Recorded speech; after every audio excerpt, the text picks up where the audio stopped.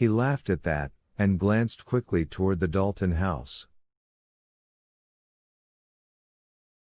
"Better cut some flowers," he said, "and I'll stand at a respectful distance."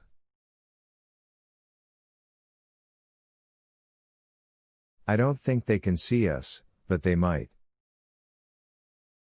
"Your man Holmes is a pretty clever rascal, Miss Lou." "Then it was a crime book?" "It was, it had to be." "He has no other sort. By the way, you haven't missed any glue from the house lately, have you?" I almost dropped the scissors. "We have indeed," I told him. "Mary keeps some in the pantry, and she said yesterday it was gone." He nodded, without surprise. "You have no idea when, I suppose?" "Sometime in the last week." But apparently he had no intention of explaining what he meant, and his next question surprised me.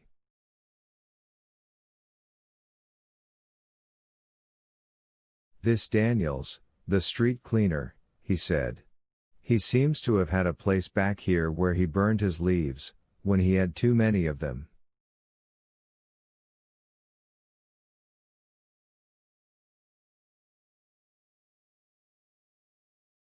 "What about him? Pretty observant sort of chap?" "I don't know. The servants say he is queer." "I've thought of him already, Mr. Dean." "But the police have looked him up, his uniform too, for stains. They couldn't find anything."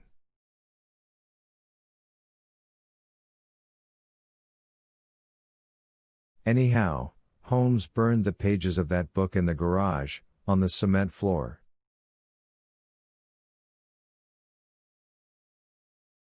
"I saw the ashes this morning." He showed no signs of disappointment, but he was clearly surprised when I told him about Miss Emily's experience of the night before.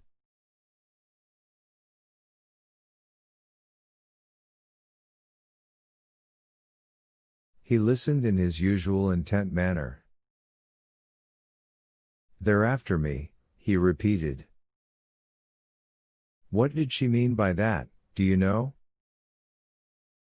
"Not unless she thinks all this is the work of a gang of some sort." "Nonsense. What sort of a gang?" he demanded. "No gang did this job." Then he glanced toward the noise at the Daltons. "How long is that likely to last?" "I don't know. Probably until 12. They'll start then to cook the dinners." He looked at his watch and nodded. "See here," he said. "I'd like to get into the Lancaster house." "I have Jim's key and I've 45 minutes. "Who do you suppose is still there?" "Emily, of course." "What servants?" "No servants.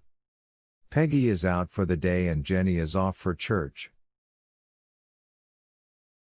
Only Emily, and she's probably asleep."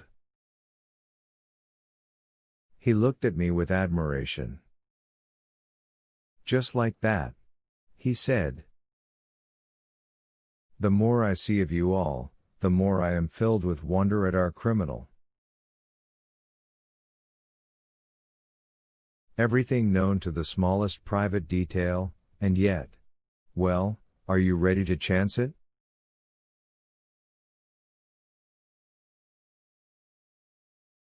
"I shall need a lookout, you know."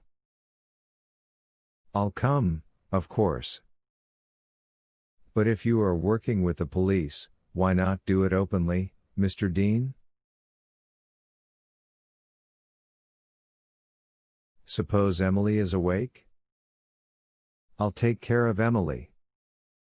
And I'm not working openly with the police, I can do more undercover, and they know it.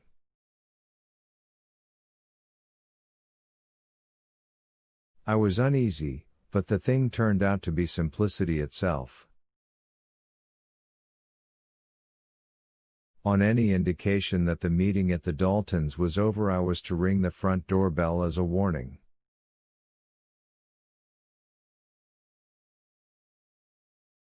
Then before Ellen had had time to return, Mr. Dean would be out of the house. In the meantime, I was to wander about the rear of the Lancaster property, ready to give the alarm.